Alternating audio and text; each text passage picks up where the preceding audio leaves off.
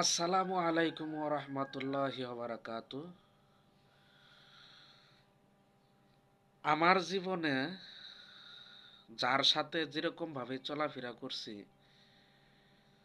সবাইরই দেখি স্বার্থপর। স্বার্থপর এই কারণেই বলি যে একজন আরেকজন বন্ধু বান্ধব যারাই আছে সবাই একলগে চলাফেরা করলে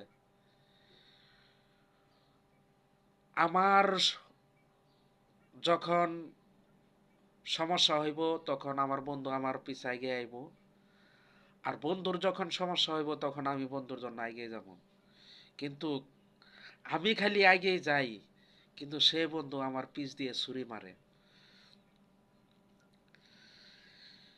এই কারণেই একটা কথা বলি, গার্মেন্টসে চাকরি করি।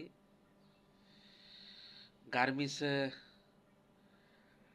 আমাকে বাইর করে দেওয়ানোর জন্য আমার বন্ধু বান্ধবরাই যায় অফিসে বড় বড় স্যারেগর কাছে পৌঁছাডে, এবং কি তারা যা বলে তাই শুনে তাদেরকে আমরা কি করি না করি এগুলা কথা তাদের কাছে যায় বইলা ভালো সাজা।